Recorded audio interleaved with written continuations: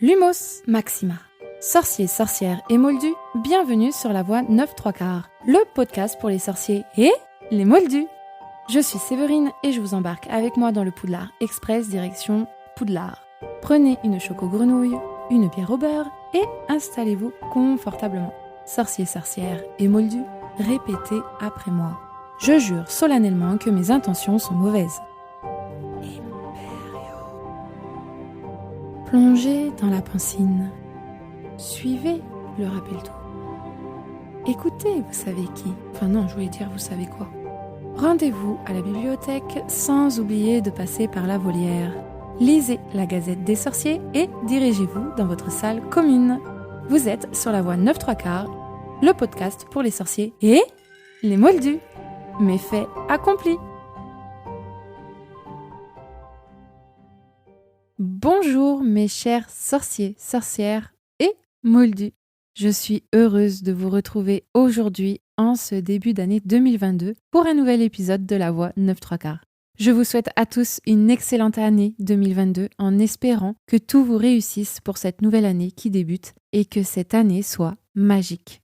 Et en parlant de magie, retrouvons ensemble l'univers de Harry Potter et plus particulièrement la deuxième année de Harry, où nous allons découvrir ou redécouvrir ensemble quelques mots ou termes liés à Harry Potter et la Chambre des Secrets. Je vous le rappelle rapidement, le rappel-tout, c'est l'épisode magique de courte durée ou pas, qui contient une à plusieurs petites descriptions spécifiques liées à la saga. Et on va commencer de suite avec le premier mot, elfe de maison. Eh bien, Harry en rencontre un dès le début de l'histoire et il est décrit comme ceci. La petite créature avait de grandes oreilles semblables à celles d'une chauve-souris et des yeux verts globuleux de la taille d'une balle de tennis. Pour résumer, ce sont donc des créatures de petite taille qui ont des yeux globuleux et de grandes oreilles. Les elfes de maison sont soumis à l'esclavage depuis des années et se doivent de servir la famille à laquelle ils appartiennent à jamais. Les elfes sont vêtus de vieux morceaux de tissu, comme des têtes d'oreiller, des serviettes, et ne peuvent être libérés de leur servitude seulement si leur maître leur offre un vêtement. De par leur statut, il se peut que leur maître inflige des souffrances à leurs elfes de maison, comme les insulter, les menacer, ou leur faisant risquer leur vie. Et ainsi, ils sont considérés comme sans importance par certains sorciers. De plus, les elfes, s'ils désobéissent à leur maître, ils s'auto-punissent de leurs actes. Et c'est exactement ce qui va se passer avec l'elfe de maison qui apparaît dans la Chambre des Secrets.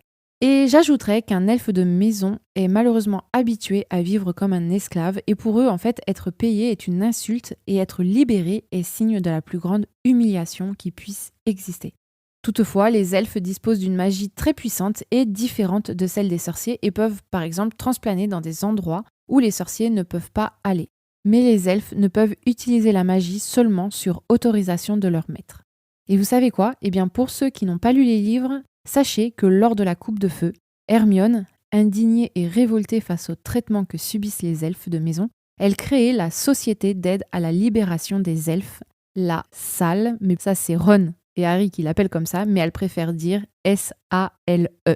Et malgré que des organisations et des projets de loi existent, c'est seulement à l'arrivée d'Hermione au ministère de la Magie où les elfes commenceront à bénéficier d'un meilleur statut et que leurs droits seront améliorés.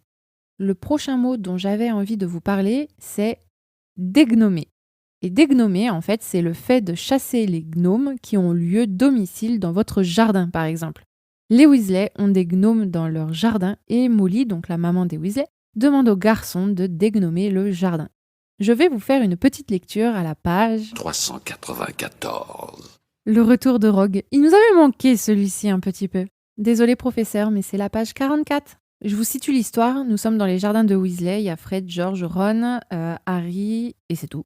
Ah non, et potentiellement parlant, des gnomes. Il y eut soudain une grande agitation dans les pivoines qui se mirent à remuer en tous sens et Ron se redressa en tenant une créature à la main. Ça, c'est un vrai gnome, dit-il d'un air sombre. Fiche-moi la paix, couina le gnome. Il n'avait en effet rien à voir avec un Père Noël. Il était petit avec une peau comme du cuir et une grosse tête chauve couverte de verrues qui ressemblait à s'y méprendre à une pomme de terre. Ron le tenait à bout de bras tandis que la créature essayait de lui donner des coups de ses petits pieds noueux. Ron l'attrapa par les chevilles et le retourna la tête en bas. « C'est comme ça qu'il faut s'y prendre, dit-il. Il leva le gnome au-dessus de sa tête. « Fiche-moi la paix !» et le fit tourner comme un lasso.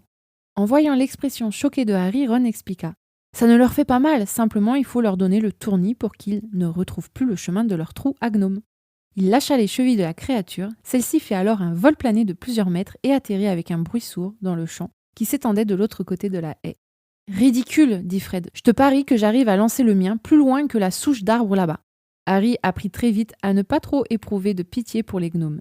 Il décida de laisser simplement tomber de l'autre côté de la haie le premier qui l'attrapa, mais le gnome, sentant une faiblesse de sa part, lui planta dans le doigt ses dents tranchantes comme un rasoir. Et Harry dut secouer frénétiquement sa main pour essayer de lui faire lâcher prise jusqu'à ce que... « Bravo, Harry, tu l'as lancé au moins à 15 mètres !»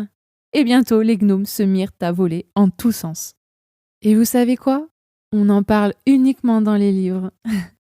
Le prochain mot dont je vais vous parler, c'est le saule-cogneur. Et le saule-cogneur, c'est un arbre situé dans le parc de Poudlard. C'est un arbre magique qui attaque de ses branches quiconque qui s'approche de trop près. Il cache à ses racines un passage secret qui mène à la cabane hurlante de Préolard. On peut l'immobiliser en appuyant sur un nœud à la base de son tronc ou en lançant le sortilège Immobilus. Et vous savez quoi ? Eh bien, dans les années 1970, il existait un jeu qui consistait à s'approcher suffisamment de l'arbre pour toucher le tronc.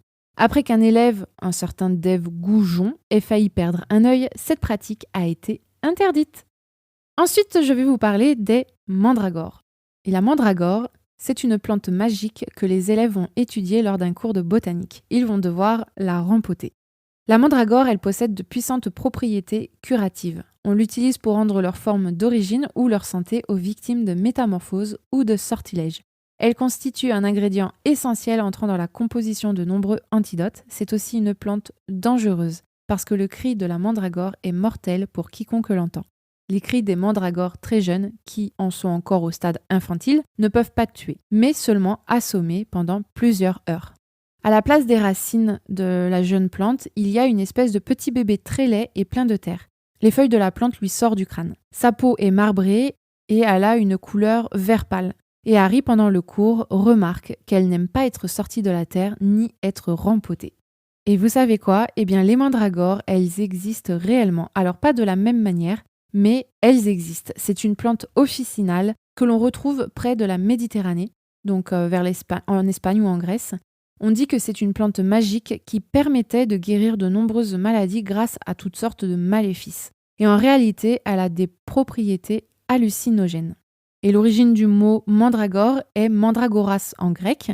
Et pour certains, son nom viendrait de la mandragore en assyrien qui veut dire nam tar ira, ce qui signifierait la drogue de Namta.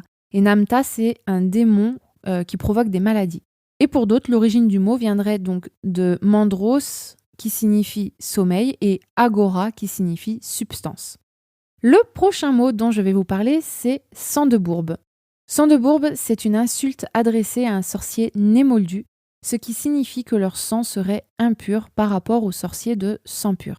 Et vous savez quoi ? Eh bien, Hermione ne connaît pas la signification de ce terme dans le livre, contrairement au film où elle sait exactement ce que ça veut dire. Le prochain mot dont je vais vous parler, c'est vite magique. Vite magique, ce sont des cours par correspondance pour sorciers débutants. Je vais vous lire le passage où Harry découvre cette lettre dans le bureau de Rusard. Page 394. Il est coriace, Rogue, c'est page 138. Vite magique, cours par correspondance pour sorciers débutants, donc c'est ce qui est écrit sur l'enveloppe. Intrigué, Harry ouvre l'enveloppe, retira le morceau de parchemin qu'elle contenait et lut le texte qu'il avait sous les yeux. Vous vous sentez déboussolé dans le nouveau monde de la magie ? Vous n'osez plus jeter de sorts en public par peur de paraître ridicule ? Tout le monde éclate de rire quand on vous voit tenir votre baguette magique ? Il existe une solution à vos problèmes. Vite magique est une méthode entièrement nouvelle, rapide, facile, aux résultats garantis. Des centaines de sorciers et de sorciers en ont déjà bénéficié. Madame Desorties, de Topsham, nous écrit « Je n'arrivais jamais à me souvenir de mes formules magiques et mes potions étaient un sujet de plaisanterie pour toute ma famille. Maintenant, après avoir suivi la méthode vite magique, je suis la vedette de toutes les soirées et mes amis me supplient de révéler la recette de ma poudre à briller. » Le sorcier D.J. Prod de Didsbury nous dit Mon épouse se moquait de la faiblesse de mes charmes, mais après m'être plongée 1 mois dans votre fabuleuse méthode Vite Magique, j'ai réussi à la transformer en zébu. Merci Vite Magique. Et vous savez quoi? Eh bien, J.K. Rowling a indiqué que les cours de Vite Magique de Rusard n'ont jamais rien donné. Elle a dit ça dans un sujet consacré aux craquemolles sur son site parce que l'efficacité de la méthode sur les craquemolles est nulle. Je vais ensuite vous parler du mot polynectar. Et le polynectar, c'est une potion qui permet de prendre temporairement l'apparence d'un autre être humain. La recette se trouve dans le livre La potion des grands pouvoirs qui se trouve dans la réserve de la bibliothèque de Poudlard.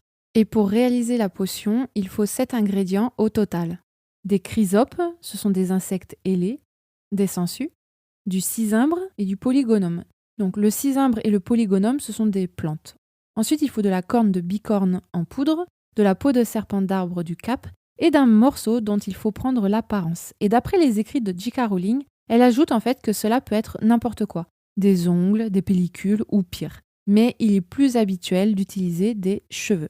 L'effet de la potion n'est que temporaire et selon la qualité de son infusion, elle peut durer entre 10 minutes et 12 heures. Vous pouvez changer d'âge, de sexe et de race en prenant la potion, mais pas d'espèce. Et la préparation du polynectar nécessite 1 mois. Donc au total, il y a besoin de 7 ingrédients et il faut la préparer pendant 1 mois. Et vous savez quoi? Eh bien, J.K. Rowling a écrit un peu ses pensées. Elle dit « Je me souviens avoir créé la liste complète des ingrédients de la potion polynectar. Chacun a été soigneusement sélectionné.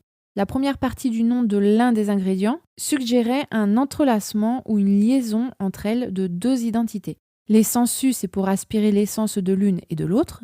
Et pour la corne d'un bicorne, c'est l'idée de dualité. » Elle ajoute aussi que le fait qu'Hermione soit capable de fabriquer une potion de polynectar compétente à l'âge de 12 ans, cela témoigne en fait de sa capacité magique exceptionnelle car c'est une potion que de nombreuses sorcières et sorciers adultes craignent de tenter. Et la recette complète est sur le wiki Harry Potter. Je vous mets le lien dans la description, mais c'est marrant parce qu'ils disent par exemple ajouter 2 chrysopes et tourner 2 fois. Enfin, c'est assez drôle. Je pourrais vous le lire. Tiens, je vais vous la lire vite fait.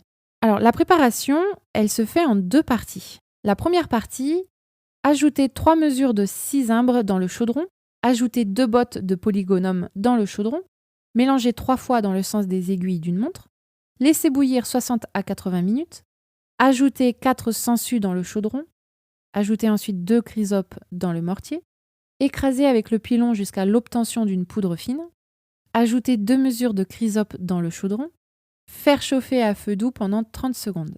Ensuite, nous avons la seconde partie. Ajouter 3 mesures de peau de serpent d'arbre du cap. Ajouter 1 mesure de corne de bicorne dans le mortier, écraser finement. Ajouter 1 mesure de corne de bicorne écrasée dans le chaudron. Faites chauffer à une température élevée pendant 20 secondes. Agitez votre baguette au-dessus du chaudron. Laissez bouillir pendant 18 heures à 24 heures. Ajoutez une chrysope dans le chaudron. Mélangez 3 fois dans le sens contraire des aiguilles d'une montre et éléments du corps d'une personne. Donc voilà pour la recette complète du polynectar. Si vous voulez tenter, écoutez, pourquoi pas? Et il explique qu'avant l'ajout de l'élément du corps de la personne dont on souhaite prendre l'apparence, la potion a un aspect de vase épaisse ou de boue. Après son ajout, le liquide se met à siffler et à écumer. L'aspect final est variable, ainsi que son goût. Ils dépendent du caractère de la personne que l'on cherche à imiter. Ensuite, le prochain mot dont je vais vous parler, c'est fourche-langue. Et fourche-langue, c'est un langage et plus particulièrement la langue des serpents. C'est une aptitude très rare chez les sorciers qui est d'ailleurs souvent associée aux forces du mal. Effectivement, dans l'histoire des sorciers, en fait, si je peux dire, il y a Herpo l'infâme et Salazar Serpentard qui sont des fourche-langues connus dans le monde des sorciers et des adeptes de la magie noire. Les fourche-langues ont donc la capacité de parler aux serpents et c'est perçu pour ceux qui ne le parlent pas comme un sifflement étrange. D'ailleurs, Harry maîtrise le fourche-langue grâce au fragment d'âme de Voldemort, mais j'ai vu et j'ai appris, et ça paraît logique, il perd cette capacité lorsque ce morceau d'âme a été détruit. Et vous savez quoi? Eh bien, la baguette de Salazar Serpentard peut être réveillée ou endormie grâce au fourche-langue. Et je vais ajouter en plus que l'anglais utilise 2 termes différents. L'un pour désigner ceux qui parlent le fourche-langue, donc ça se dit, excusez-moi pour l'anglais, mais ça se dit parcel mouse, et l'autre pour désigner la langue elle-même, parcel tongue, et tandis que le français les réunit en fait sous un seul et même terme. Et je vais finir par vous parler du dernier mot qui est basilic. Et le basilic, ce n'est pas l'herbe aromatique que l'on connaît, mais dans le monde des sorciers, c'est l'une des créatures magiques des plus dangereuses.